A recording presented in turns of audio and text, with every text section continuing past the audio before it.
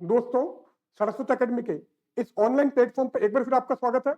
हम RPSC first year physics के कुछ पेपर्स डिस्कस कर रहे थे और 2022 का जो पेपर आया था उसको पूरा हमने सॉल्व कर दिया था। तो आज हम 2022 के अंदर जो आरपीएससी फर्स्ट ईयर फिजिक्स में जो पेपर पूछा गया था उसके सॉल्यूशन से डिस्कस करेंगे। तो आज हमारा फर्स्ट वॉल्यूम है जिसमें हम 25 क्वेश्चन से डिस्कस करेंगे एंड लेटर ऑन बाकी वॉल्यूम के अंदर हम बाकी क्वेश्चन से डिस्कस करेंगे। तो बिना किसी देरी को मूव करते हैं आज के हमारे लेक्चर की तरफ।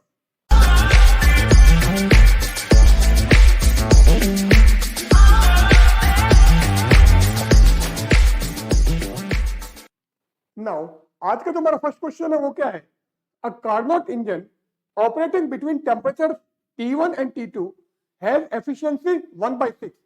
तो कार्नोट इंजन हमारे पास में है जो T1 एंड T2 टेम्परेचर के बीच में वर्क कर रहा है और उसकी एफिशिएंसी हमारी 1/6 है।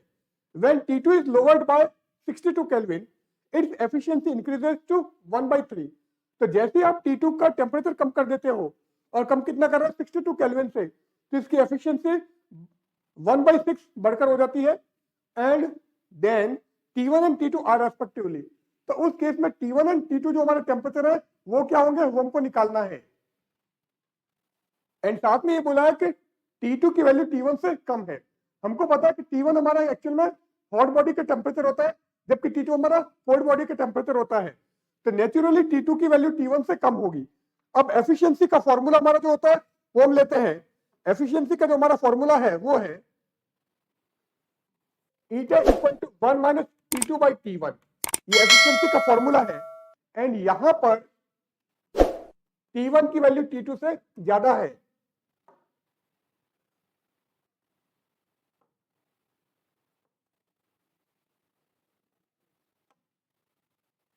अब हमको क्या दे रखा है, जब T1 एंड T2 टेम्परेचर है तो एफिशिएंसी हमारी 1/6 है।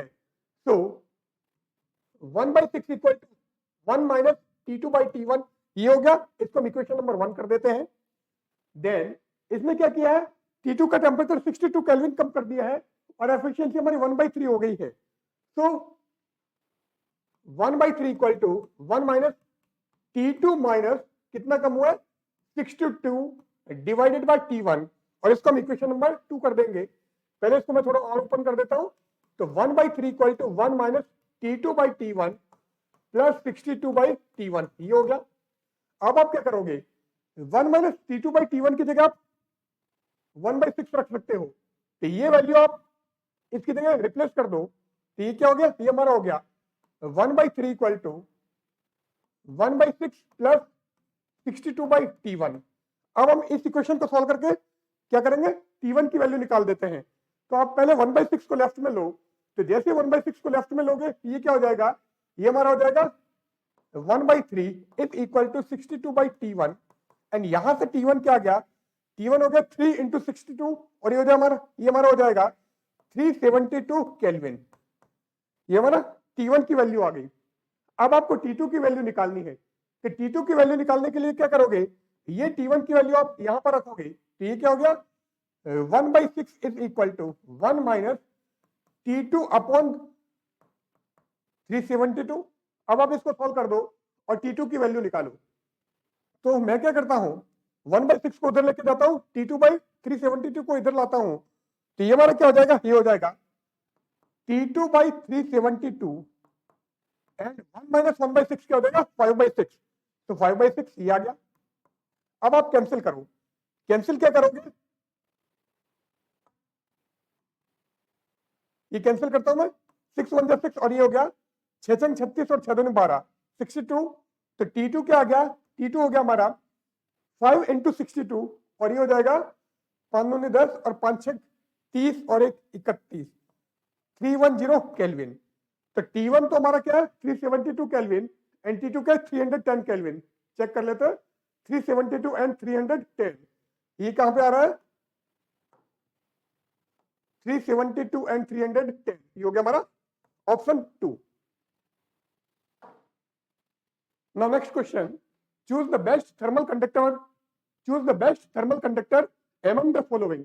अब कौन सा बेस्ट थर्मल कंडक्टर होगा उसकी बात करते हैं। तो बेस्ट थर्मल कंडक्टर हमारे पास में एल्यूमिनियम एंड कॉपर होते हैं, इसलिए यहां पर हमारा जो ऑप्शन होगा वो क्या हो जाएगा, option 2 aluminium. Now next question देखते हैं। A body initially at 80 degree kelvin cools to 64 degree kelvin in 5 minute. तो बॉडी का इनिशियल टेम्परेचर क्या है? 80 केल्विन है, 80 डिग्री सेंटीग्रेड है। तो 80 डिग्री सेंटीग्रेड से ये 64 डिग्री सेंटीग्रेड कूल हो रही है 5 मिनट में, and to 52 degree centigrade in 10 minute. और 10 मिनट में ये 80 से टेम्परेचर इसका कूल होकर 52 हो जाता है। The temperature of surrounding is, अब सराउंडिंग का टेम्परेचर हमको निकालना है। So this is the question of Newton's law of cooling. Newton's law of cooling का क्वेश्चन है। तो न्यूटन के शीतलन नियम का हम यहाँ पर उपयोग करेंगे। अब यहां पर क्या है, ये हमारे पास में है D theta by D T equal to K into theta 1 plus theta 2 by 2 minus theta 0। और थीटा 0 क्या है? थीटा 0 हमारा सराउंडिंग का टेम्परेचर है जो हमको निकालना है। अब पहले थीटा 1 और थीटा 2 की बात करते हैं। तो थीटा 1 आपका 80 और थीटा 2 क्या है? 64। तो ये क्या हो गया? ये हमारा हो गया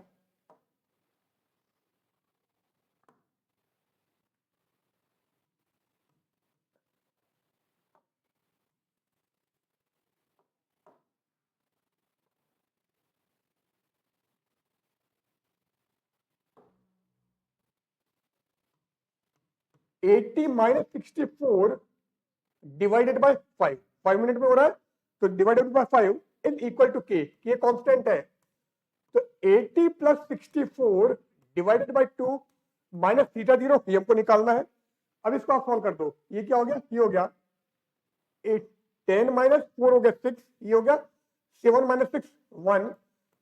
तो 16 बाई 5 इज इक्वल टू के, ये हो गया हमारा 8 और 6 14, तो हो जाएगा 72 माइनस थीटा 0, ये आ गया।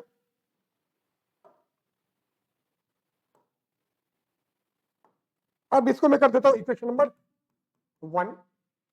अब आगे क्या बोला है? अब टेम्परेचर आपका 80 से 52 हो जाता है, और टाइम कितना ले रहा है? ये हमारा 10 मिनट ले रहा है। तो इसको देख लो, ये क्या होता है?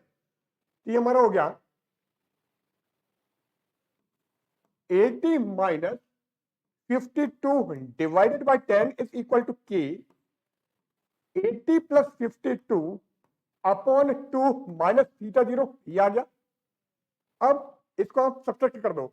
तो 10 माइनस 2 गए 8, तो 8 और ये हो जाएगा 7 माइनस 2, 7 माइनस 5 2, तो ये हो जाएगा हमारा 28 upon 10 is equal to K into, इसको आप सॉल्व करो तो ये हो जाएगा 8 और 5 13, तो 66 माइनस थीटा 0, ये आ गया।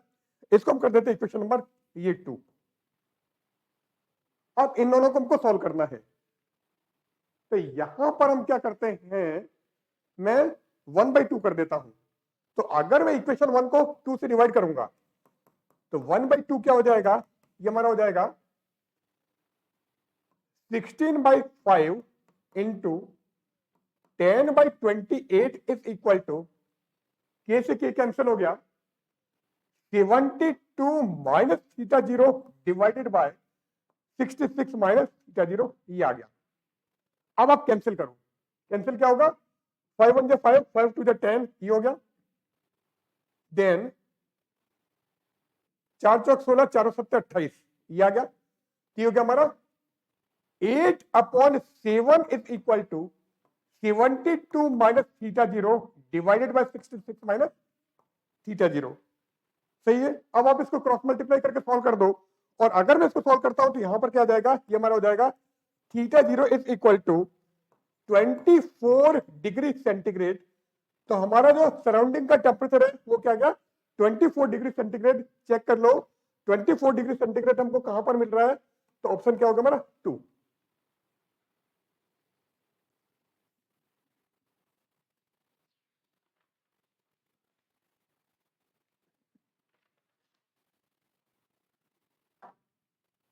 नाउ नेक्स्ट क्या है? A train whistling at constant frequency is moving towards a station at a constant speed v। अब कोई कांस्टेंट स्टेशन हमारे पास में है, कोई एक स्टेशन है, उसकी तरफ एक हमारी ट्रेन सीटी बजाते हुए मूव कर रही है, और क्या करें? कांस्टेंट फ्रीक्वेंसी से मूव कर रही है, और ट्रेन की स्पीड क्या है? v। तो हम क्या करते हैं,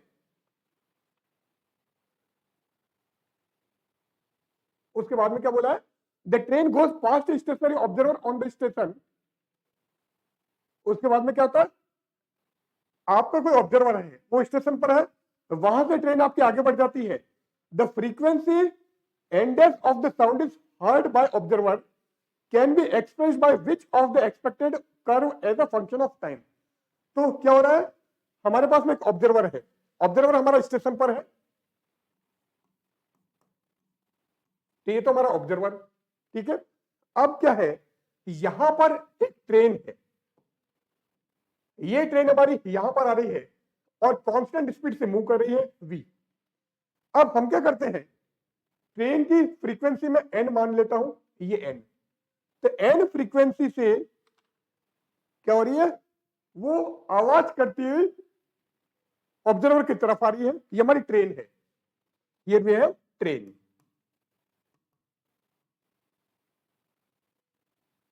तो जैसे जैसे ट्रेन ऑब्जर्वर के पास में आएगी, उसको क्या होगा, आवाज या फ्रीक्वेंसी बढ़ती हुई सुनाई देगी। जैसे जैसे पास में आएगी आवाज तेज होगी, आवाज तेज होगी, इसका मतलब फ्रीक्वेंसी आपकी इंक्रीज हो रही है। देन इसको ये क्रॉस करके आगे बढ़ जाती है, तो जब आगे बढ़ जाएगी तो क्या हो जाएगी, फ्रीक्वेंसी आपकी कम हो जाएगी, तो यहां पर ट्रेन आपकी आगे बढ़ जाती है,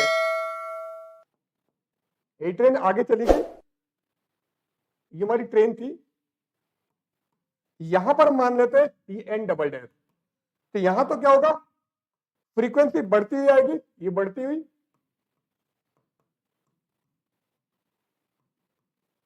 और यहां पर फ्रीक्वेंसी घटती है, ठीक है। तो पास में आएगा तो फ्रीक्वेंसी बढ़ेगी, दूर जाएगा तो फ्रीक्वेंसी आपकी घटेगी। अब ये हमारे कुछ ये है, यहां पर ये बोल रहा है कि इस तरफ से बढ़ेगी फिर एकदम कम हो जाएगी, यहां पर ये बोल रहा है कि इस तरफ से बढ़ेगी फिर एकदम कम हो जाएगी, यहां पर इस तरफ से आ रही है, और यहां पर क्या बोल रहा है, कांस्टेंट स्पीड आपकी बढ़ रही है, उसके बाद में स्पीड घट के एक कांस्टेंट कम हो जाती है। तो एक्चुअल में जो आंसर होगा वो हमारा होगा सी। तो करेक्ट ऑप्शन हमारा हो गया ये हमारा third.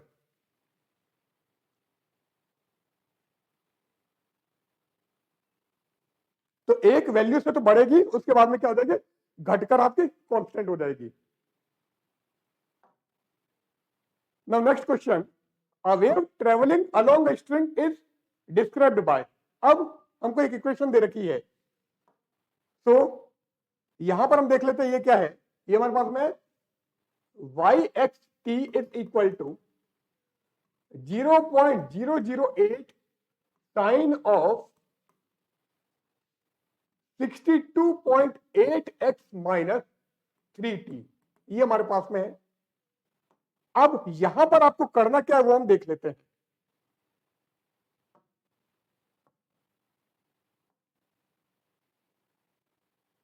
In which numerical constants are in SI unit, SI unit में हमको कांस्टेंट्स दे रखे हैं, ये हमारा 0.008 मीटर, 62.8 रेडियन पर सेकंड और ये 3 रेडियन पर सेकंड, ये हमारे पास में है। What should be the wavelength of the wave, wavelength आपको निकालनी है। तो एक्चुअल में हमारी इक्वेशन क्या होती है, वो हमारी होती है y x t is equal to a sine omega t minus k x, ये k x minus omega T, ये हमने कर दिया। अब वेवलेंथ निकालना है, तो इसके अकॉर्डिंग हम चले तो के हमारा क्या हो गया, के हमारा हो गया है 62.8 और के हमारा होता है 2 पाई बाई लेमडा, तो 2 pi by lambda is equal to 62.8। अब यहां से आप लेमडा निकाल लो, तो लेमडा क्या हो जाएगा, लेमडा हमारा हो जाएगा 2 पाई, तो 2 पाई का मतलब 3.14 अपॉन 62.8, ये आ गया। अब अगर आप कैंसिल करते हो तो ये आपका 6.28 है और नीचे 62.8 है, तो 1 ये आपका 10, तो 1/10 इसका मतलब 0.1 मीटर। तो 0.1 मीटर हमको किस में मिल रहा है, ये हमको मिल रहा है ऑप्शन 2 के अंदर।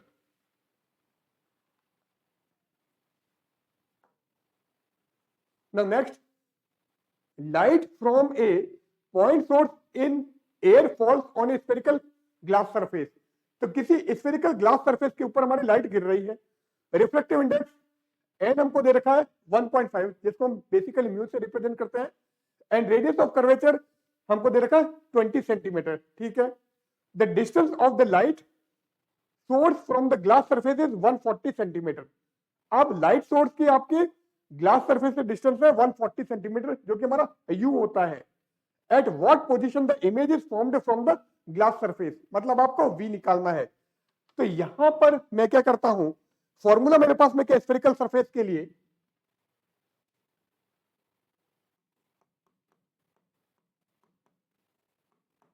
स्फेरिकल सरफेस के लिए फॉर्मूला हमारा क्या होता है, μ2 upon v minus μ1 by U is equal to μ2 minus μ1 by R. ये हमारा फॉर्मूला है, इसको हमको काम में लेना है, ले लेते हैं इसको हम काम में। नाउ μ2 हमको दे रखा है, क्योंकि एयर में आपका ये है, एयर का मतलब रिफ्लेक्टिव इंडेक्स आपका 1, तो μ1 तो आपका 1 हो गया, तो ये क्या हो गया, μ1 तो हमारा 1 हो गया, एंड μ2 हमारा क्या हो गया, μ2 हमारा हो गया 1.5, तो रख दो यहां पर। सो 1.5 v आपको निकालना है, माइनस μ1 आपका 1 और u आपका क्या है, ऑब्जेक्ट की डिस्टेंस, और ऑब्जेक्ट क्या है आपका लेफ्ट में है, तो रे आपकी इधर आ रही है और वो लेफ्ट में, इसका मतलब ये हमारा नेगेटिव हो जाएगा, कि आपका हो जाएगा -140, ये सब सेंटीमीटर में चल रहा है, is equal to 1.5 minus 1 R. R आपका राइट में है और आर की वैल्यू हमको क्या दे रखी है, 20 सेंटीमीटर, तो प्लस में हो जाएगा ये 20। अब हम इसको सॉल्व कर देते हैं, तो ये क्या हो गया, 1.5 upon v plus 1 upon 140 is equal to, ये हो जाएगा 1/2, 1/2 अपॉन 20, इसका मतलब हो गया 1/40 कर दो, सही है। अब हम इसको सॉल्व कर देते हैं, तो ये हो गया 1.5 upon v is equal to 1/40 minus 1/140। LCM ले लो, तो एलसीएम क्या आ जाएगा, 280 आपका एलसीएम आएगा, ये 280, 40 सत्ते ये हो जाएगा 427 और ये हो जाएगा 2, ये आ गया 1.5 upon v is equal to 5 upon 240, 280 sorry. अब आप कैंसिल करो, कैंसिल कैसे होगा, 5 1 जब 5, ये हो गया 0.3, तो v क्या आ गया, v हमारा हो गया 280 को आप 0.3 से मल्टीप्लाई करोगे, एक तो आपका जीरो कम हो गया, तो 28 इंटू 3 करना है आपको, तो 28 इंटू मैं 3 कर देता हूं, ये क्या आता है 3 और 24, 2 3 और 6 और 2 8, तो 84 सेंटीमीटर आना चाहिए, और ये आपका राइट में आएगा। तो देख लेते हैं यहां पर क्या आ रहा है, at distance of 84 centimetre in the direction of incident light, तो ऑप्शन हमारा हो गया फोर्थ करेक्ट।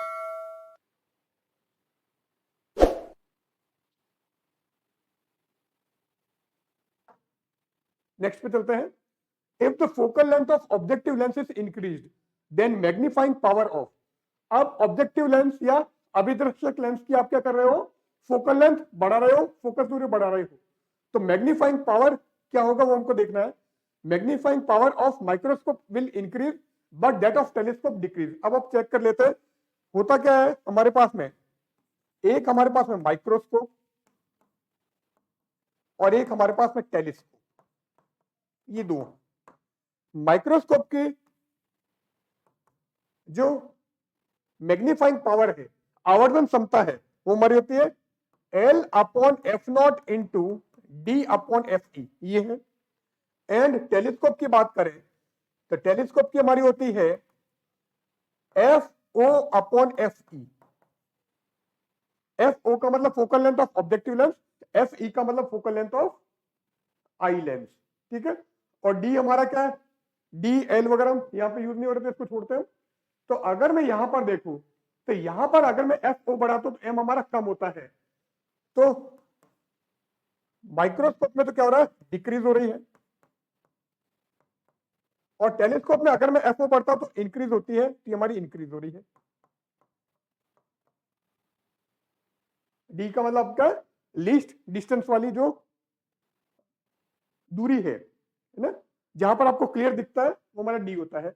अब देख लेते, देखो माइक्रोस्कोप की आपकी डिक्रीज और टेलीस्कोप की इंक्रीज, तो माइक्रोस्कोप विल इंक्रीज नहीं, microscope and telescope both will increase नहीं, microscope and telescope both will decrease, ये भी नहीं, microscope will decrease but that of telescope increase. तो करेक्ट ऑप्शन हमारा क्या होगा, फोर्थ वाला।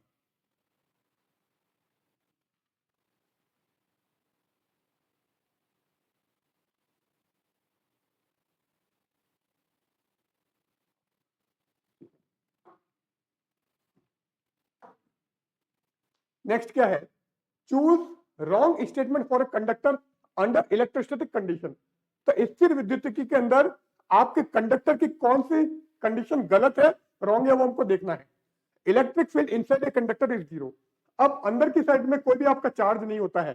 कंडक्टर में एक्चुअल में होता क्या, हम उसकी बात करते हैं।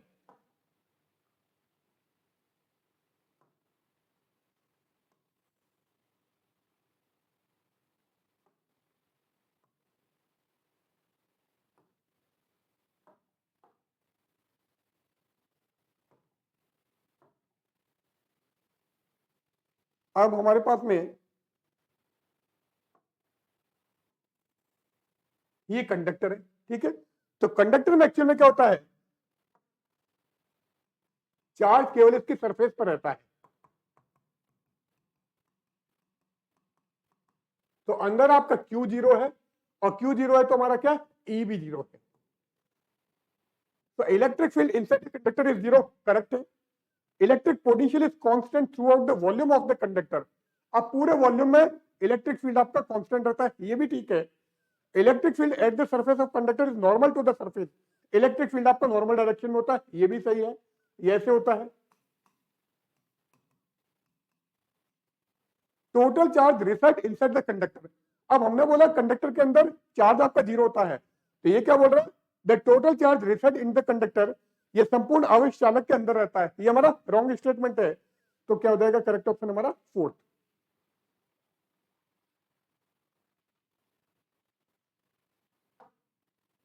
नेक्स्ट पे चलते हैं। Figure given below shows 4 arrangement of charge particle. ये हमारे पास में चार्ज पार्टिकल के 4 अरेंजमेंट दे रखे हैं। All are at the same distance, सारे सेम डिस्टेंस पर है फ्रॉम द ओरिजिन। तो ओ हमारा ओरिजिन है या ये हमारा ओरिजिन है, यहां से ये चार्ज आपके सेम डिस्टेंस पर है। From the origin rank the situation according to net electric potential at the origin most positive first. अब आपको क्या निकालना है, पोटेंशियल की कंडीशन निकालनी है। पोटेंशियल कितने सबसे ज्यादा होगा वो हमको देखना है। तो मोस्ट पॉजिटिव पहले आएगा, तो सबसे ज्यादा जो पोटेंशियल है वो पहले, फिर उससे कम, फिर उससे कम, और इस टाइप से हमको अरेंज करना है। अब मैं इसमें चलता हूं, यहां पर आपका V1 है, इधर V1, इधर V2, इसका हम V3 ले रहे हैं, इसका हम V4 ले रहे हैं। तो अगर मैं V1 की बात करूं तो V1 पहले फॉर्मूला क्या, KQ/R है ना। R आपका सब में सेम है, इसको तो भूल जाओ। कि Q कितना आएगा, ये -9Q एंड +2Q। तो -9 और +2 हो गया -7। तो -7Q/R ये आ गया, ठीक है। अब V2 की बात करते हैं। V2 इज इक्वल टू, इधर देखो, तो K/R तो आप पहले लिख ही दो। अब ये क्या है, -2 एंड -3, -5 हो गया, तो -5Q ये हो गया। V3 देखते हैं, V3 इक्वल टू K/R हमने बाहर रख दिया, यहां पर क्या है, -2, -2, -4, -2, -6, तो और -3, -9, तो 2 4 6, 2 4 6 और 3 9, तो -9Q ये हो गया। अब V4 देखो, K/R तो बाहर आ गया, यहां पर क्या है, ये हो गया 2 और एक 3, ठीक है, प्लस के तो 3 और माइनस के आपके 11, तो क्या बचेगा, -8, तो -8Q। अब मोस्ट पॉजिटिव हमको पहले लेना है, तो इसमें सबसे बड़ा कौन सा है, माइनस के अंदर सबसे छोटी वैल्यू सबसे बड़ी होती है, तो सबसे बड़ा तो हो जाएगा हमारा V2। तो V2 सबसे पहले, फिर माइनस में फिर क्या आ रहा है, -7, तो V1, फिर V4, और लास्ट में हमारा V3। तो चेक कर लो, V2 V1 V4 और V3, V2 V1 V2 V1 V4 V3, तो करेक्ट ऑप्शन ऑप्शन हो गया हमारा third.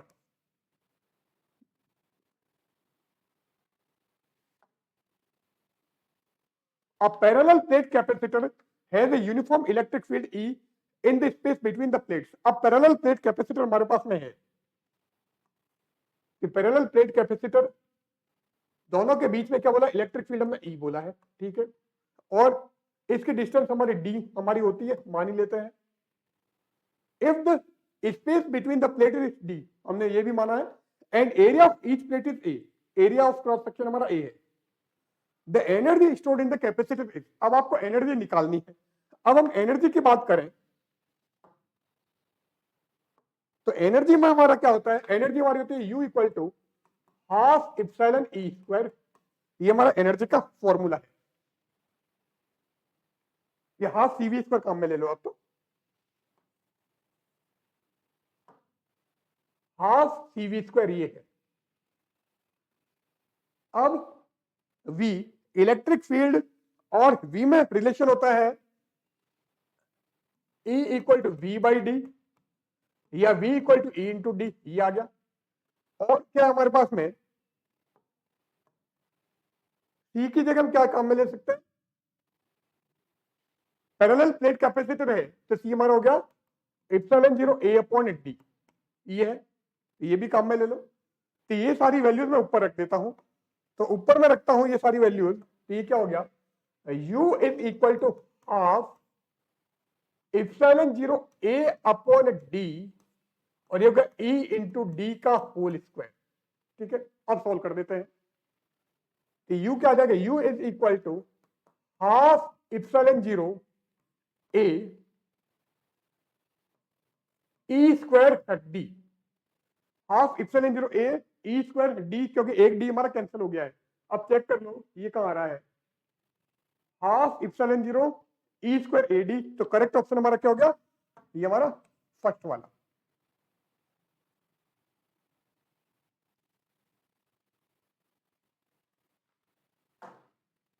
Question number 11, a parallel plate capacitor has two layers of different dielectric as shown in figure। अब यहां पर clear है, parallel plate capacitor है, इसका डाइलेक्ट्रिक कांस्टेंट K1 है, इसका डाइलेक्ट्रिक कांस्टेंट K2 है। The ratio of potential difference across the dielectric layer when connected to the battery, अब बैटरी से आपने जोड़ दिया है तो आपको क्या निकालना, पोटेंशियल डिफरेंस का रेशियो निकालना है, V1 बाई V2 निकालना है। अब ये हम देख लेते हैं, तो यहां पर क्या है, E हमारा होता है Q बाई V, क्योंकि Q equal to C into V, ये है। अब यहां पर ये क्या हो गया, V आ गया हमारा Q बाई C। अब V1 बाई V2 हमको निकालना है। अब यहां से क्लियर है कि V हमारा C के इनवर्सली प्रोपोर्शनल है। अब पहले हम C की बात करते हैं, तो C एक्चुअल में क्या होता है, यहां पर पैरेलल प्लेट कैपेसिटर है तो C हमारा होता है इप्सिलॉन 0 A अपॉन डी, अगर वैक्यूम है तो। अब डाइलेक्ट्रिक की बात कर रहे हैं, तो डाइलेक्ट्रिक के केस में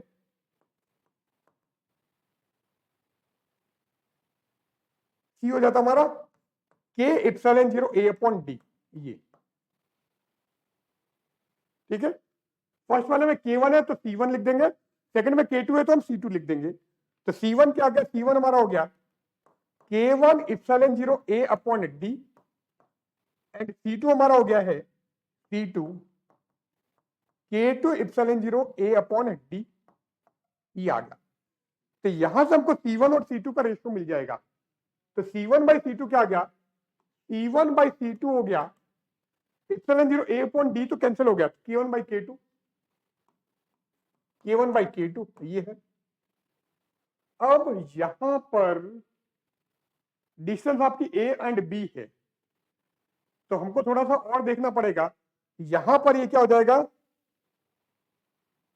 ये तो हो जाएगा हमारा A और ये हो जाएगा हमारा B, ठीक है। तो इसमें और क्या हो जाएगा, C1 बाई C2 किया है आपने, तो C1 बाई C2 किया है तो B बाई A और साथ में आ जाएगा ये B बाई A, ये आ गया। अब आपको निकालना V1 by V2, V C का इनवर्सली प्रोपोर्शनल है, ठीक है। तो V1 बाई V2 क्या हो गया, V1 by V2 is equal to C2 by C1 is equal to K2A upon K1B। Check करो किधर आ रहा है, K2A अपॉन K1B हमारे पास में ऑप्शन थर्ड के अंदर, ये करेक्ट ऑप्शन हो गया।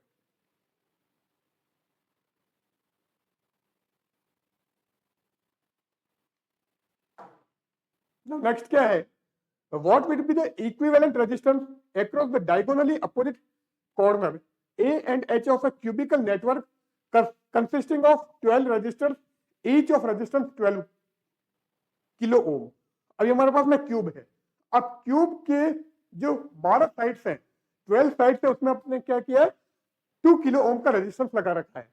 अब आपको डायगोनल के अक्रॉस क्या निकालना है, इक्विवेलेंट रेजिस्टेंस निकालना है। डायगोनल आपका ए एंड एच, तो यहां से आपकी करंट एंटर कर रही है और यहां से आपकी बाहर निकल रही है, ये एंटर और ये बाहर। अब अगर ऐसा कोई क्वेश्चन आता है जिसमें डायगोनल के अक्रॉस आपको इक्विवेलेंट रेजिस्टेंस पूछा जाता है, तो फॉर्मूला हमारा क्या है, इसमें है R equivalent equal to 5/6 of R। ये डायगोनल के अक्रॉस के लिए हमारे पास में फॉर्मूला है। अब R क्या, 2 किलो ओम, तो ये क्या हो गया, 5/6 इंटू 2, कैंसिल कर दो, 2 1 जा 2, 2 3 जा 6, तो 5/3 किलो ओम। चेक कर लेते कहां रहा है, 5/3 किलो ओम हमारा ऑप्शन 1 है।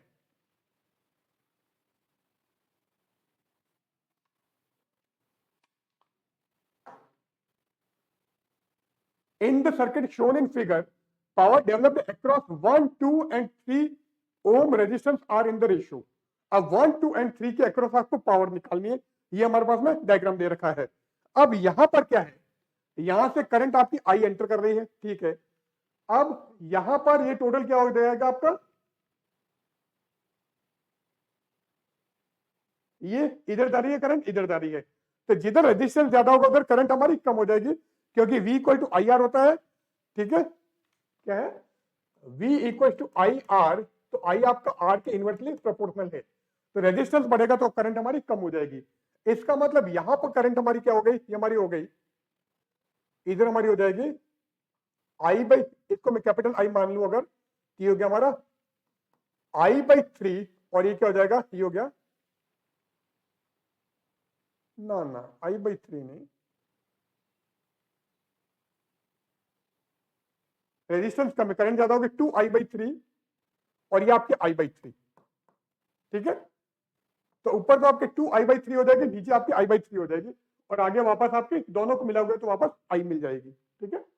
अब हम इसको सॉल्व कर देते हैं, I/3 2I। अब यहां पर मैं पावर P1 मानता हूं, क्या माना है, यहां पर पावर P1, ये P2 और ये हमारी P3। अब P क्या होता है, P होता है हमारा I²R, तो P अगर I²R है तो P1 क्या हो जाएगा, P1 is equal to I1, I1 हो गया है P इक्वल टू I²R हम लगा रहे हैं, तो यहां से हमारा P1 हो गया 2I/3 का होल स्क्वायर इंटू 1, इसका मतलब ये हो गया 4/9I, ये आपका P1। अब P2 देखो, P2 क्या हो जाएगा, P2 is equal to current आपकी I/3, तो I/3 का स्क्वायर और रेजिस्टेंस क्या है हमारा 2, ये हो गया हमारा 2/9I, ये आपका P2।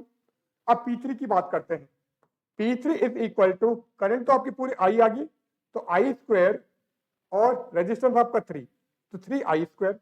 अब आप P1 is to P2 is to P3 आपको निकालना है, ये क्या हो जाएगा, P1 is to P2 is to P3 हो जाएगा हमारा 4/9I is to 2/9I is to,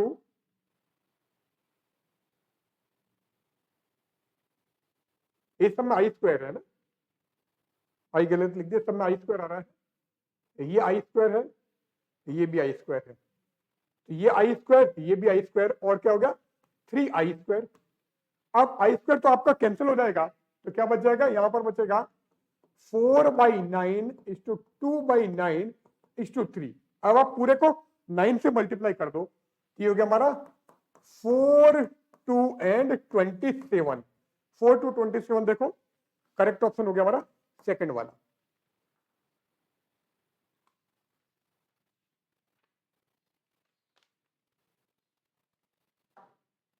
ना क्वेश्चन नंबर 14, इसमें क्या दिया है, विच of the following particle will have minimum frequency of revolution when projected with the same velocity.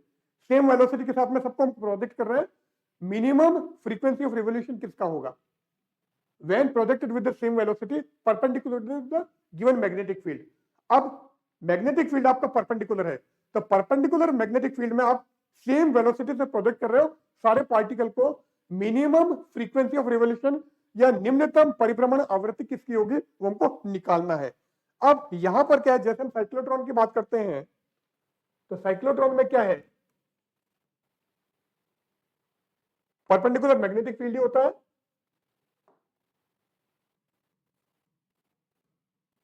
तो cyclotron की तरह ही ले लेते हैं, तो उसमें क्या होता है, v परपेंडिकुलर टू b होता है।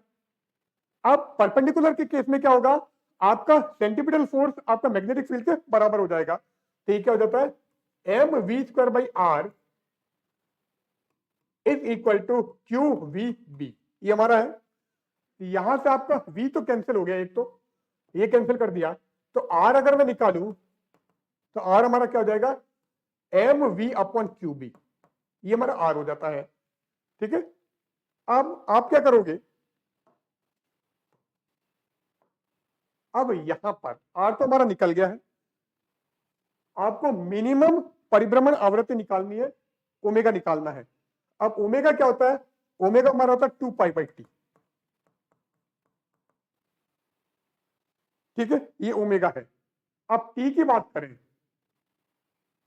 t के टाइम पीरियड, तो टाइम पीरियड कैसे निकालोगे, टाइम पीरियड होता है डिस्टेंस अपॉन वेलोसिटी, डिस्टेंस एक उसमें 2πr होगी, वेलोसिटी हमारा v।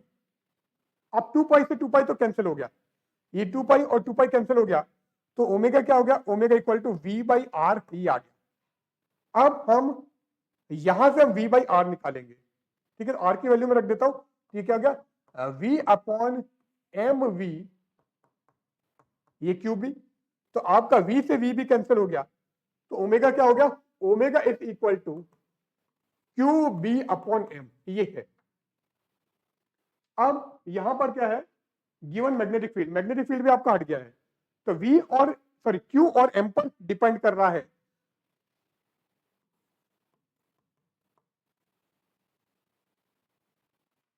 अब सब में आपका चार्ज सेम है। ठीक है, प्रोटॉन इलेक्ट्रॉन हीलियम प्लस कर दिया है, ठीक है, लिथियम प्लस कर दिया, तो चार्ज तो आपका एक तरीके से सेम ही हो गया।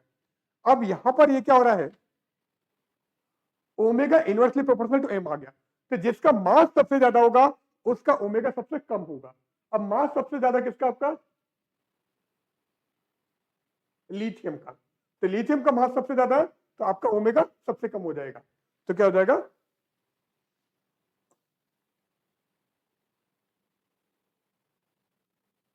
तो m हमारा मैक्सिमम है किसके लिए, for lithium plus, therefore omega हमारा मिनिमम होगा फॉर लिथियम प्लस, तो लिथियम प्लस हमारा करेक्ट ऑप्शन हो जाएगा, तो करेक्ट हमारा हो गया ये फोर्थ।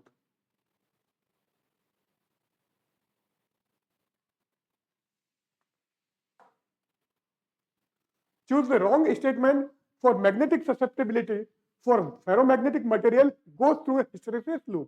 अब एक कोई hysteresis loop है, उसमें से आपका क्या हो रहा है, ये फेरोमैग्नेटिक मटेरियल हम काम में ले रहे हैं, तो फेरोमैग्नेटिक मटेरियल हमारा हिस्टेरेसिस लूप से पास हो रहा है, तो रॉन्ग स्टेटमेंट क्या होगा उसकी हम बात कर रहे हैं। तो फेरोमैग्नेटिक में क्या होता है पहले हम देखते हैं, ये क्या बोल रहा है, it has a fixed value, it may be zero, it may be infinite, it may be negative. तो पदार्थ की चुंबकीय प्रवृत्ति की बात कर रहा है, पदार्थ की चुंबकीय प्रवृत्ति के लिए गलत कथन कौन सा है, तो आपका मैग्नेटिक ससेप्टिबिलिटी के लिए रॉन्ग स्टेटमेंट कौन सा है, फेरोमैग्नेटिक मटेरियल के लिए, वो हम बात कर रहे हैं। अब फेरोमैग्नेटिक में क्या होता है, अगर हमारे पास में फेरोमैग्नेटिक मटेरियल है और उसकी आप काई की बात कर रहे हो, तो काई की वैल्यू क्या होती है, काई हमारा इन जीरो होता है, काई हमारा इन्फिनिटिव भी होता है और काई हमारा नेगेटिव भी होता है। ठीक है, तो माइनस से लेके जीरो इंक्लूड करते हो इन्फिनिटिव तक, इसका मतलब काई की सारी वैल्यू पॉसिबल है। तो it has a fixed value नहीं, इट मे बी जीरो, ये भी नहीं है, इट मे बी इनफाइनाइट, ये भी नहीं है, इट मे बी नेगेटिव, ये भी नहीं है, तो it has a fixed value, ये आपका it may be zero, zero value आपकी होती है, इनफाइनाइट भी होती है, नेगेटिव भी होती है, पर फिक्स वैल्यू नहीं होती है, क्योंकि जीरो से लेके आपका नेगेटिव से लेके जीरो इंक्लूड करते हैं इन्फिनिटी तक सारी वैल्यूज होती है। तो रॉन्ग स्टेटमेंट आपका क्या हो गया, फर्स्ट वाला।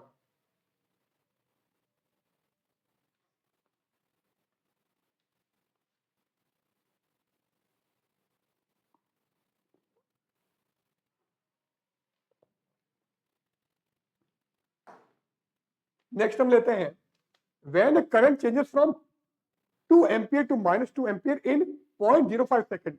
तो 0.05 सेकंड के अंदर आपकी करंट 2 एम्पियर से -2 एम्पियर में चेंज हो रही है, and EMF of 8 volt is induced in a coil, और कॉइल में आपका प्रेरित विद्युत वाहक बल या इंड्यूस्ड ईएमएफ हमारा 8 वोल्ट आ रहा है। The coefficient of self induction of coil is, आपको एल की वैल्यू निकालनी है। तो फॉर्मूला हमारे पास में क्या है, E equal to -L di/dt, ये फॉर्मूला है। अब आपके पास में E भी है, I की वैल्यूज भी, मतलब di भी निकल जाएगा, और हमारे पास में dt भी है, सबकी वैल्यूज रख दो, तो ये 8 इज इक्वल टू -L। अब माइनस, चलो लिख दो अभी, तो करंट आपका 2 से -2 हो रहा है, तो -2 ऑफ ये है ना, I2 माइनस I1 क्या है, तो -2 माइनस ऑफ 2, टाइम कितना दिया इसने, 0.05 सेकेंड ये। अब यहां पर आपका नेगेटिव भी कैंसिल हो जाएगा, तो 8 इक्वल टू L, ये हो गया आपका 4/0.05। अब आप कैंसिल करो, तो 4 टू द 8, तो L क्या हो गया 0.05 इंटू 2, ये हो गया 0.1 हेनरी। तो 0.1 हेनरी हमारा ऑप्शन फर्स्ट आ गया।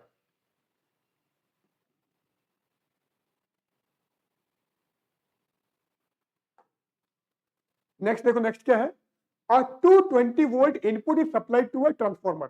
तो कोई ट्रांसफार्मर हमारे पास में है, उसको हम 220 वोल्ट सप्लाई दे रहे हैं। The output circuit draws a current of 2 ampere at 440 volt. तो 440 वोल्ट पर ये 2 एम्पियर करंट ड्रॉ करता है आउटपुट के अंदर।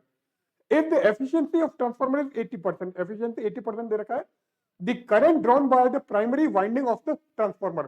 तो ट्रांसफार्मर की प्राइमरी वाइंडिंग में कितनी करंट ड्रॉ करेगा उसकी हम बात कर रहे हैं। अब यहां पर एफिशिएंसी की बात करें, तो एफिशिएंसी क्या होती है, eta is equal to output power upon input power, ये हमारी एफिशिएंसी है, ठीक है। अब एफिशिएंसी हमको दे रखी है 80%, मतलब 0.8 P out, P equal to V into I होता है। तो सेकेंडरी का वोल्टेज सेकेंडरी की करंट, प्राइमरी का वोल्टेज प्राइमरी की करंट, ठीक है। अब वैल्यू रख दो, तो 0.8 इक्वल टू, सारी वैल्यूज में रख देता हूं, सेकेंडरी में वोल्टेज कितना है, आउटपुट सर्किट हो गया आपका, ठीक है, 440 इंटू 2, और इनपुट में कितना दिया है 220 वोल्ट, करंट आपको निकालना है प्राइमरी का। कैंसिल करते हैं, 220 टू द 440 हो गया, तो आईपी क्या हो गया, IP is equal to 4/0.8, remove किया पॉइंट, ये आ गया, और 8 1 जा 8 एंड 8 5 जा हमारा 40, तो क्या गया 5 एम्पियर। चेक कर लो 5 एम्पियर कहां पर आ रहा है, इसको मैं सही कर देता हूं थोड़ा। सो 5 एम्पियर, 5 एम्पियर हमारा फोर्थ वाला, तो करेक्ट हो गया हमारा ये फोर्थ।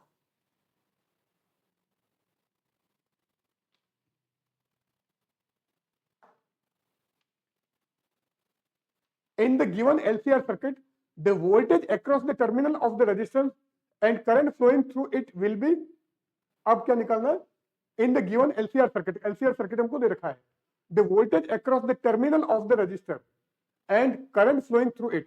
अब यहां इसके अक्रॉस वोल्टेज क्या है, करंट क्या है, वो हमको निकालना है, किसके रेजिस्टेंस के अक्रॉस। अब यहां पर LCR सर्किट है, तो LCR में आपका वोल्टेज की अगर मैं बात करूं, तो पहले तो आपको VL एंड VC का वोल्टेज दे रखा है, जो कि 400 वोल्ट है, ठीक है। अब LCR के अंदर VL और VC कब होता है, जब रेजोनेंस होता है, तो इन LCR सीरीज रेजोनेंस क्या होता है, VL इक्वल टू VC। ठीक है, श्रेणी अनुनाद में आपका VL इक्वल टू VC होता है, ये हमको पता है। अब यहां पर आपको क्या करना है, सीरीज रेजोनेंस है। अब हम V की बात करें तो फॉर्मूला V का क्या है, V equal to root of VR square plus VL minus VC का होल स्क्वायर। ये वोल्टेज का, अब VL और VC तो बराबर हो गया, तो ये तो कैंसिल हो गया, तो V इक्वल टू VR के बराबर हो जाएगा। अब रेजिस्टेंस के अक्रॉस हम वोल्टेज निकाल देंगे। अब करंट निकालना, करंट की बात बाद में कर देंगे। अब VR कितना हो जाएगा, जो यहां से गया वही आपके तीनों में मिलके आता। ठीक है, पैरेलल है ना, पैरेलल में आपका क्या होता है, वोल्टेज। ठीक है, डिवाइड हो जाता है। अब ये आपका 100 है, तो यहां पर भी आपका क्या हो जाएगा, ये हो जाएगा हमारा VR हमको दे रखा है 100, तो VR हो गया हमारा ये 100 वोल्ट। अब आप करंट की बात करो, 100 वोल्ट यहां से जा रहा था, तो इसके अक्रॉस भी आपका 100 आ गया। ठीक है, अब हम, क्योंकि ये दोनों तो आपके जीरो हो गए, तो इसके अक्रॉस तो कोई भी वोल्टेज नहीं है। अब ये हमारा हो जाएगा, करंट निकालनी है, तो आई क्या होता है, V बाई जेड। V तो आपका 100, R जेड, सीरीज रेजोनेंस में जेड आपका R के बराबर हो जाता है, तो R कितना 50, ये 50, ये हो गया आपका 2 एम्पियर। तो 100 वोल्ट 2 एम्पियर किस में है, हमारा थर्ड के अंदर।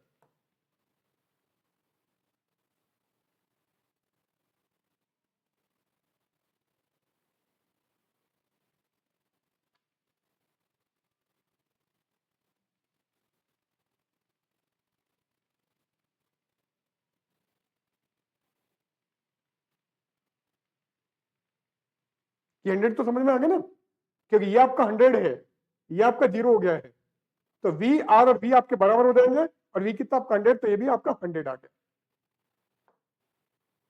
नाउ नेक्स्ट क्वेश्चन क्या है, in an AC circuit V and I are given by, V और I आपको दे रखे हैं, the power dissipated in the circuit is. अब पावर डिसिपेटेड आपको निकालना है। अब V हमारा क्या होता है, देखो पावर की बात करो, P होता है V RMS I RMS and cos phi। cos phi हमारा पावर फैक्टर होता है। ठीक है, अब V RMS I RMS and cos phi, V RMS क्या होता है, V0 by root two, I RMS I0 by root two cos phi। अब V0 और I0 कितना है, ये क्या, V equal to V0 sine omega t, I equal to I0 sine omega t plus pi by 3। तो V0 आपका 100 और I0 भी आपका 100, हो गया 100 by root two into 100 by root two cos five. Five कितना दिया है, ये आपका पाई बाई 3, ये पाई बाई 3। तो ये क्या हो गया आपका, ये अगर मैं देखूं तो ये क्या आ गया, 100 into 100 upon 4 cos pi by 3, मतलब कॉस 60। कॉस 60 कितना था, 1/2, ये 1/2। तो ये तो हमारा 4 1 जा 4, ये आपका हो जाएगा 25, ये हो जाएगा आपका 50, और 25 पंजे 125 होता है। गलत हो गया क्या,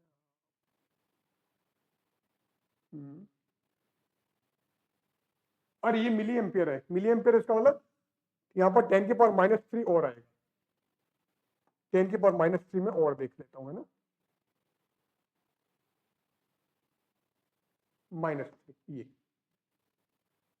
तो ये अब क्या हो गया, 50, सही करो यार, 50 इंटू 25 इंटू 1/1000 कर दूं मैं, ये 1000, तो क्या हो गया, 25 चौके 100, 40, तो 50/40, ये भी कैंसिल हो गया, 5/4 आ रहा है, यहां पर आपका 5/2, तो 2 का क्या चक्कर बढ़ गया वो मैं देख लेता हूं। देखो ये 4 कहां से आ गया, इसको सही करो, देखो वापस सही कर देते हैं इसको।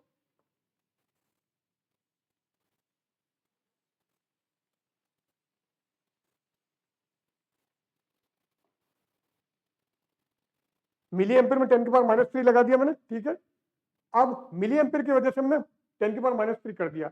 अब ये क्या आ गया, ये हो गया 100 इंटू 100 अपॉन 2 cos π/3 हो गया cos 60 1/2 और ये हो गया 1 अपॉन 1000। ये 10 के पावर -3 भली रहने दो, कोई फर्क नहीं पड़ता, चलो ये कर दिया। अब आपके यहां पर क्या कैंसिल हो जाएगा, ये 2 और ये 3 कैंसिल हो गया, तो ये हो गया 10/4 मतलब 5/2 और 5/2 का मतलब क्या हो गया 2.5, तो 2.5 वॉट, 2.5 वोट आ गया हमारा ऑप्शन 1।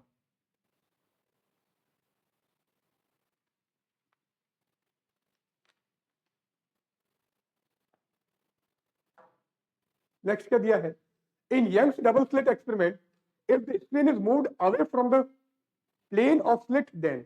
अब यंग्स डबल स्लिट एक्सपेरिमेंट है, इसमें क्या होता है,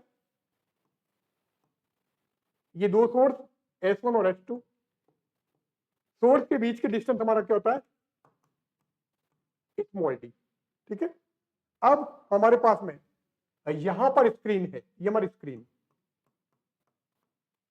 और स्क्रीन के ये डिस्टेंस क्या होती है हमारी कैपिटल डी। फ्रिंज विड्थ की अगर मैं बात करूं, एंगुलर फ्रिंज विड्थ की बात कर रहे हैं। अब एंगुलर फ्रिंज विड्थ क्या होती है,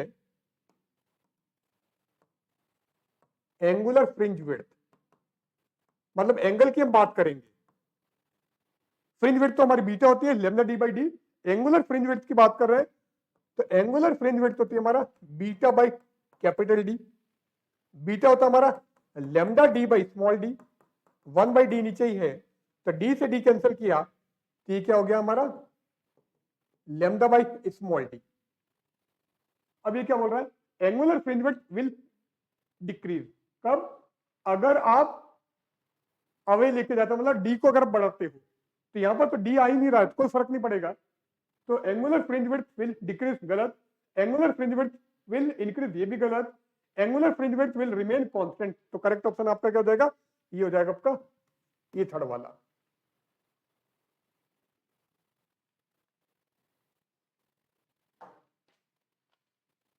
question 21, when the angle of incidence on a material is 60 degree, angle of incidence दे दिया है, the reflected light is completely polarized, तो completely polarized हमको reflected light मिलती है, the velocity of the reflected ray inside the material, तो material के अंदर आपको वेलोसिटी निकालनी है रिफ्लेक्टेड रे की। अब यहां पर क्या है,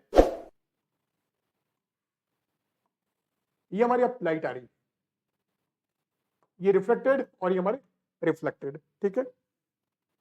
अब ये क्या हो रहा है,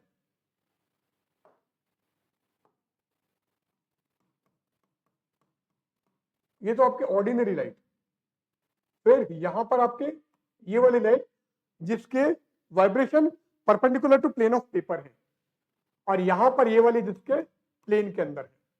अब एंगल ऑफ इंसिडेंस हमारा ये है, ये अगर पोलराइजिंग एंगल के बराबर है तो उस केस में रिफ्लेक्टेड लाइट हमारी प्लेन पोलराइज होती है, कंप्लीटली प्लेन पोलराइज होती है।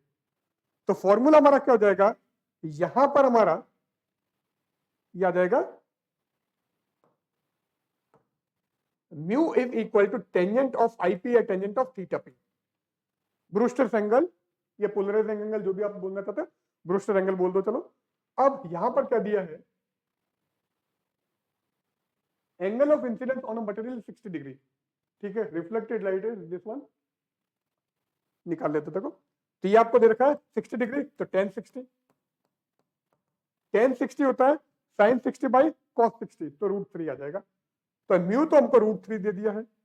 अब आपको वेलोसिटी निकालनी है, तो वेलोसिटी क्या होती है c बाई, देखो म्यू एक्चुअल में होता है mu equal to c by v होता है, दो वेलोसिटी का रेशियो हमारा रिफ्रैक्टिव इंडेक्स होता है, तो यहां से v क्या आ गया mu by c by mu, ये आ गया, तो सी तो आपका 3 इंटू 10⁸, ये हमारा √3। तो आंसर क्या हो जाएगा, √3 इंटू 10⁸ मीटर पर सेकेंड। ये चेक कर लो, ये कह रहा है √3 इंटू 10⁸ आ गया हमारा थर्ड के अंदर।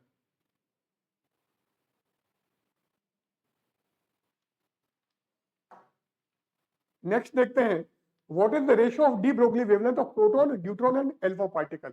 डी ब्रोगली वेवलेंथ का रेशियो हमको निकालना है। तो डी ब्रोगली वेवलेंथ क्या होती है, लैम्डा इक्वल टू h/p।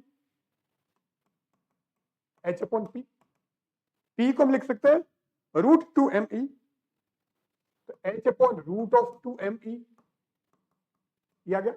और e क्या होता है, q इंटू वी, ये हमारा q इंटू वी, तो क्या h/√2m3v, ये आ गया। h constant and v constant, ठीक है। ठीक है, lambda is directly proportional to, sorry inversely proportional to 1/√m into q, ये आ गया। अब proton, neutron and alpha particle सबके लिए हम बात करेंगे। पहले मैं बात करता हूं प्रोटॉन की, मतलब हमको निकालना lambda p, lambda d and lambda of alpha particle, ही हमको निकालना है। तो पहले हम प्रोटॉन की बात करें। देखो प्रोटॉन क्या होता है, प्रोटॉन मतलब 1h1, तो चार्ज आपका 1 हो गया एंड मास भी आपका 1 हो गया, तो QP लिख देते हैं, चार्ज QP एंड मास में लिख देता हूं MP, है ना। एक बार तो मैं ये लिख देता हूं, चलो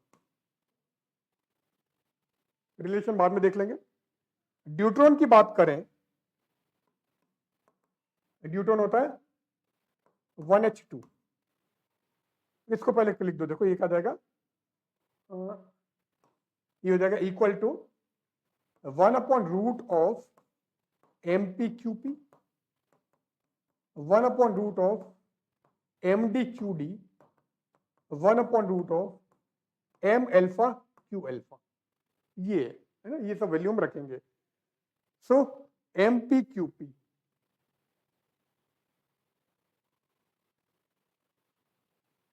प्रोटॉन के टर्म्स में हम देख लेते हैं। अब यहां पर 1h2 है, तो मास तो सॉरी चार्ज तो दोनों का सेम हो गया, तो चार्ज तो इसका भी QD और QP दोनों बराबर हो गया, QD इक्वल टू QP, ये तो बात खत्म। बात आती मास की, यहां पर मास आपका 1 था, यहां पर 2 है, तो इसका मतलब MD की वैल्यू ट्वाइस ऑफ MP होगी। तो MD क्या हो गया, MD हमारा ट्वाइस ऑफ MP। अब देखते हैं हम helium, alpha particle twice He4, helium क्या है, ट्वाइस He4। तो अगर मैं इसका चार्ज देखूं तो Q,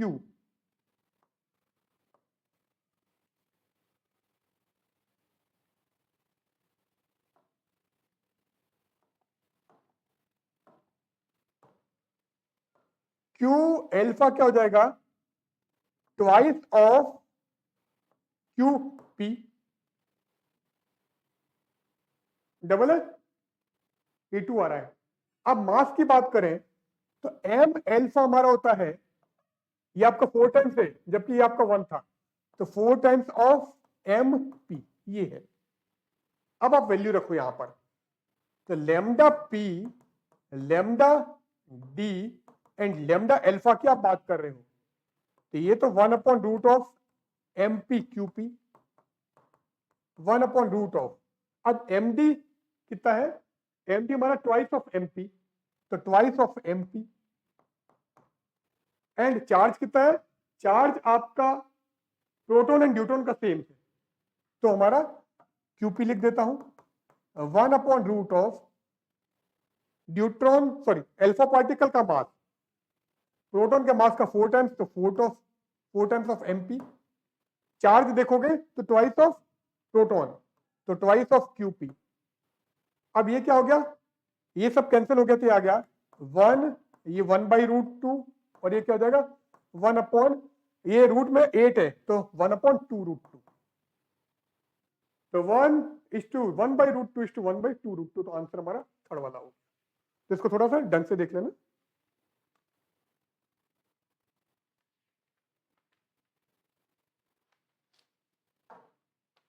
नेक्स्ट देखो, a non monochromatic light is used in an experiment on photo electric effect. अब नॉन मोनोक्रोमेटिक लाइट आप काम में ले रहे हैं।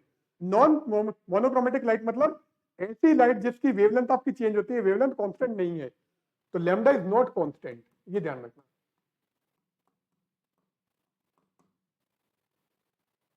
फोटो इलेक्ट्रिक इफेक्ट में काम में ले रहे हैं, स्टॉपिंग पोटेंशियल आपको निकालना है। अब यहां पर क्या है,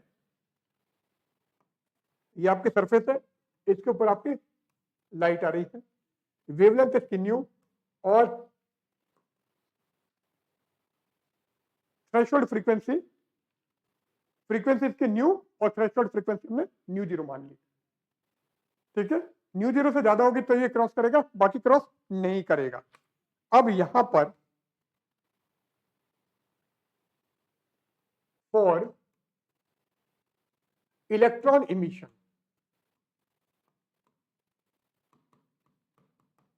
फोटो इलेक्ट्रिक इफेक्ट में इलेक्ट्रॉन इमिशन कब होगा, अगर न्यू की वैल्यू हमारी न्यू 0 से ज्यादा है तो। ठीक है, तो इलेक्ट्रॉन इमिशन होगा, अदरवाइज नहीं होगा। अब काइनेटिक एनर्जी की बात करें तो H new minus H new 0 हो गया। ठीक है, और ये किसके बराबर होगा, ये E इंटू V0 के बराबर होगा। V0 का मतलब आपका, V0 की बात कर रहे हैं, V0 का मतलब हो गया ये V0 आपके स्टॉपिंग पोटेंशियल। ठीक है, ये आपका V0। नाउ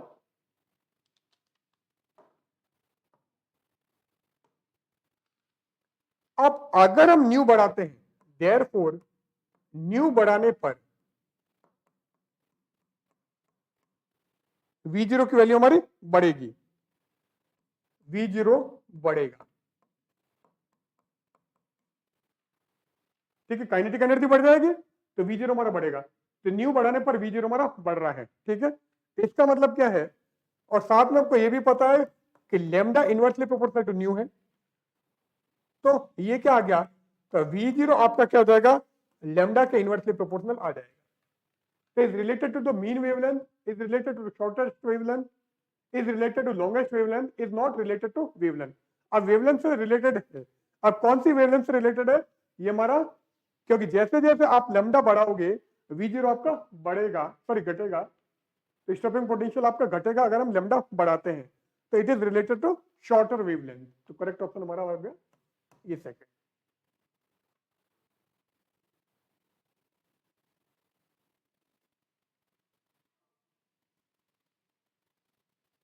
तो लैम्डा अगर आप घटाओगे तो V0 आपका बढ़ेगा, तो शॉर्टर वेवलेंथ से रिलेटेड है।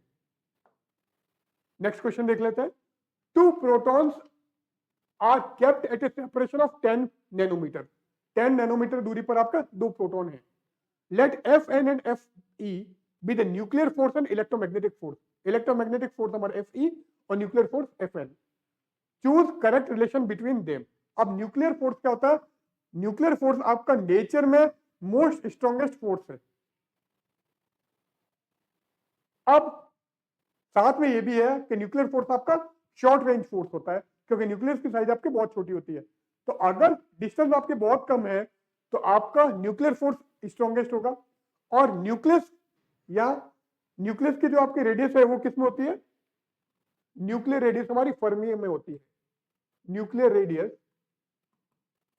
ये हमारा फर्मी में होता है, और फर्मी का होना 10 की पावर -15। अब यहां पर इसने 10 नैनोमीटर दे रखा है, तो 10 की पावर -9 ही आ रहा है। इसका मतलब यहां पर इलेक्ट्रोस्टैटिक फोर्स न्यूक्लियर फोर्स से ज्यादा हो जाएगा, तो आंसर क्या हो जाएगा आपका सेकंड।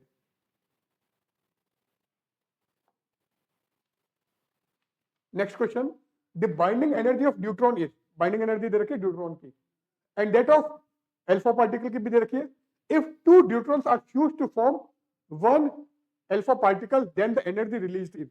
अब दो न्यूट्रॉन पार्टिकल यूज हो रहे हैं, तो रिएक्शन क्या, 1H2 plus 1H2 gives twice He4। ये हमारी रिएक्शन है, ठीक है। एनर्जी आपको निकालनी है, तो एनर्जी रिलीज की अगर मैं बात करूं, एनर्जी रिलीज, तो क्यू क्या हो जाएगा, binding energy of helium minus binding energy of neutron, और न्यूट्रॉन भी कितने आपके 2 हैं, है ना, इसको 2 से और मल्टीप्लाई कर दो चलो। तो बाइंडिंग एनर्जी ऑफ हीलियम क्या दे रखा है, 28 MeV माइनस न्यूट्रॉन की दे रखी है 2.2 MeV, हो गया 28 माइनस 4.4, तो 28 में 4 के 24 और 0.4 और कम कर दोगे तो 23.6 MeV। तो आंसर आपका सेकंड आ गया।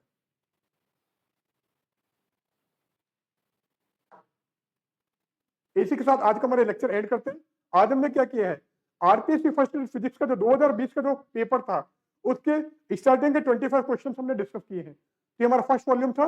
अगले वॉल्यूम में हम इससे आगे के क्वेश्चन डिस्कस करेंगे। तो बिना किसी देरी के हम आज का हमारा लेक्चर एंड कर रहे हैं। तो आप इस वीडियो को लाइक कीजिएगा, शेयर कीजिएगा, और अगर आपने हमारा चैनल सब्सक्राइब नहीं किया है तो चैनल को सब्सक्राइब जरूर कीजिएगा और साथ में बेल आइकन का बटन जरूर दबाइएगा।